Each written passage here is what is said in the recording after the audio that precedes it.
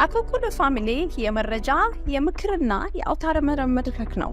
ለእናንተ ጠቃሚ የሆኑ መረጃዎችን በጤና፣ በትምህርት፣ በንግድና በተለያዩ የማህበራዊ ጉዳዮች ይዘላችሁ ይቀርባል። ሜትሊን ክሎራይድ ይባላል። ኤፍዲኤ አደገኛ ነው ብሎ ሰሞኑን እያስጠነቀቀና ማስጠንቀቂያ ደብዳቤ እየላከ ያለው ለብዙ ድርጅቶች ይሄ ኬሚካል ምንድን ነው? ይሄ ኬሚካል ሜትሊን ክሎራይድ ይባላል።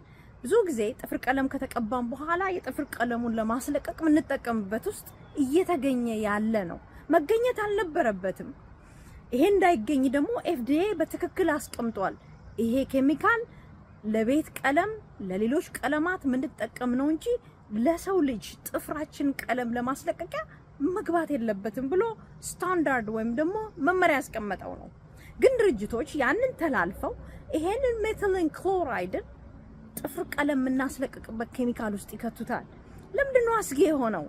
ይሄ ኬሚካል ጥፍራችንን በየጊዜው ስናስለቅቅበት ከጊዜ ወደ ጊዜ ወደ ሰውነታችን ውስጥ እየገባ ጥፍራችንን እያበላሸ ካንሰር ያመጣል። ይሄ ካንሰር ደግሞ ወደ ሰውነታችን ይሰራጫል። በደም ዝውውራችን ውስጥ ከገባ በኋላ ወደ ሰውነት ይሰራጫል። ይሄ ለብዙዎች አደጋ ነው። በተለይ ብዙዎቻችን ኔል ፖሊሽ ሪሙቨር ወይም የጥፍር ቀለም ማስለቀቂያ በምንጠቀምበት ጊዜ በማጭበርበር እቃው ላይ በትክክል አያስቀምጡትም። ሜትሊን ክሎራይድ ብሎ አይለጥፉም። የሚለጥፉት ዳይክሎሮ ሚቴን ወይም ደግሞ ሜትል ክሎራይድ ነው የሚሉት። ሜትሊን ክሎራይድ ብለው አይጽፉም። ይሄ እኛን ተጠቃሚዎችን ለማጭበርበርና ለማታለል የሚጠቀሙት ዘዴ ነው። ለምን? እቃቸው እንዲሸጥላቸው ያስቀመጡት ኔል ፖሊሽ ሪሙቨር ወይም የጥፍር ማስለቀቂያ ቶሎ ብሎ ጥፍር ቀለማችሁን ካስለቀቀ ለነሱ ቶሎ ይሸጥላቸዋል። ይሄ ደግሞ አስጊ ነው ብሎ ነው ኤፍዲኤ እያስጠነቀቀ ያለው ማለት ነው።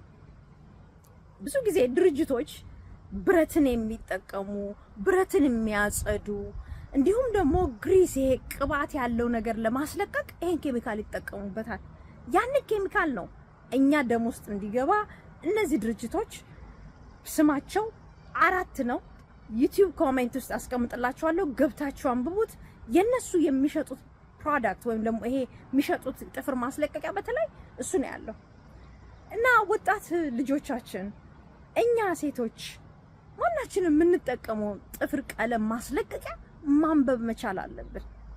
ዳይክሎሮሚቴን ወይም ሜትል ክሎራይድ ካሉ በትክክል ማወቅ ያለብን ሜትሊን ክሎራይድ ነው ማለት ነው። አደገኛ ነው።